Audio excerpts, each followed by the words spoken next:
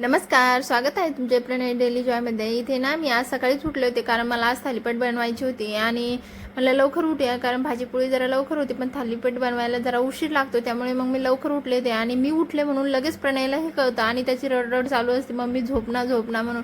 मग तोही उठला आणि त्याला मी इथे घेऊन आले होते. आणि मग किचन वाट्यावर बसवल्यानंतर त्याची सकाळी सकाळी चिडचिड चालू होती, मम्मी मला करू दे, मम्मी मला ते करू दे. त्याला कसं तरी शांत केलं, म्हणलं चल तू टरबूज खा. त्याला टरबूज कट करून दिलं, पण खाल्ल्यानंतर असं काही घरात फेकणं चालू होतं आणि नको म्हणल्यानंतर मग एवढा चिडतो ना, सारखं रडत बसतो. त्यानंतर तोही खेळायला लागला होता. आणि आता इथे ना मी थालीपीठ बनवायला घेतली होती कारण आता विनयच्याही व्हॅनची वेळ व्हायला आली होती, म्हणून मग मी इथे ना पटापट अशी थालीपीठही बनवायला घेतली. थालीपीठ बनवलं आणि त्यानंतर विनयही आंघोळ करून आला होता. मग त्यानंतर त्याने थोडंसं टरबूज खाल्लं आणि विनय आंघोळ करून आल्यानंतर ना थोडंसं प्राणायाम व्यायाम करत असतो, पण आज टरबूज दिसलं लगेच खायला लागला. आणि पप्पा दिसले की लगेच ठेवून आम्ही परत करायला लागतो. पप्पा नसले की मग असं विसरून जातो. त्यानंतर मग मी थालीपीठ बनवून घेतले आणि आज सर्वांसाठीच थालीपीठ बनवणार होते. मुलांसाठी वेगळं भिजवलं होतं कमी तिखट टाकून आणि आमच्यासाठी वेगळं भिजवलं होतं. इथे मुलांसाठी बनवून घेतलं, त्यानंतर मग आमचीही बनवून घेतले होते. आणि एका साईडला मी ते ना चहाही बनवायला ठेवली होती कारण मग यांनाही ग्राउंडला जायचं असतं. मग आज ते म्हणले मला चहा ठेव, म्हणून मग मी त्यांच्यासाठीही चहा ठेवली होती. आणि एका साईडला आता थालीपीठही भाजणं चालू होते. त्यानंतर विनयचा डबा भरला होता आणि त्यालाही थोडंसं खाऊन स्कूलमध्ये पाठवून दिलं. आणि आता मला ना समोरचा हॉलही आवरायचा होता, त्यामुळे मग मी इथे त्याचा झोका ते सोडून घेतलं आणि सोफ्यावरचं कवर झटकून व्यवस्थित लावून घेतलं. सर्व पसारा करून ठेवत असतो प्रणय, इकडून तिकडं फेकत असतो, काही खात असतो, म्हणून मग तेही झटकून घेतलं. आणि आता मला ना कुंडीतल्या झाडांना पाणीही टाकायचं होतं. कुंडीतल्या झाडांना पाणी घातलं आणि त्याला मस्त अशी मोगऱ्याच्या झाडाला फुलंही आली होती आणि माझा गुलाब, छोटा गुलाब, त्यालाही मस्त अशी फुलं आली होती.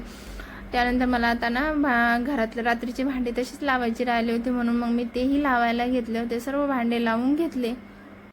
प्रणयला बिझी ठेवायचं असलं ना असं काहीतरी मी काम त्याच्या मागे लावून देत असते. आणि त्याला मी ना इथे ग्रेप्स दिले होते, म्हणलं एक एक तोडून ना त्या प्लेटमध्ये टाकतेच. तो करत होता आणि मीही मस्त असा नाश्ता केला.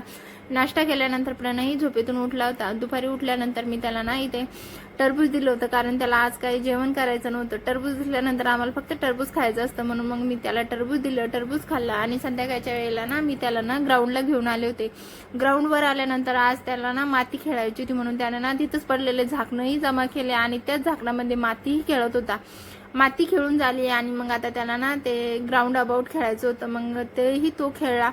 ते खेळल्यानंतर त्यानंतर स्लाईडही तो खेळला होता. आणि स्लाईड खेळल्यानंतर आम्ही घरी आलो. घरी आल्यानंतर आज ना यांना मी पाणीपुरी आणायला सांगितली होती कारण खूप दिवस झाले मी पाणीपुरी खाल्ली नव्हती, म्हणून आणलेली पाणीपुरी मस्त अशी बाउलमध्ये काढून घेतली आणि म्हणलं चला मस्त एन्जॉय करूया, म्हणून मग मी इथे ना पाणीपुरी खाल्ली. आणि पाणीपुरीची टेस्ट मस्त होती आणि खूप दिवसानंतर खाल्ल्यामुळे ती चांगलीही लागत होती. आणि पहिले ना मी ना आठवड्यातून एकदा तरी पाणीपुरी खायचे, पण आता प्रणय झाल्यापासून ना जरा कमी केलं कारण मग मी खाल्ली की त्यांची मजा जमते, म्हणून मग मीही खात नाही. असं वाटतं आपण खाल्ली आणि त्यांनी खाल्लीत मग बिमार पडलेत मग नको वाटतं, म्हणून मग मी आता ना एखाद्या वेळेस जेव्हा खा वाटले तेव्हाच आणत असते. आणि यांनाही जेवायचं होतं, म्हणून मग मी ते ना काकडी कट करत होते. आणि स्वयंपाकामध्ये मी आज चपात्याच घरी बनवल्या होत्या आणि भाजीमध्ये मी व्हेज कोफ्ता आणि पनीर मसाला बाहेरूनच बोलवलं होतं.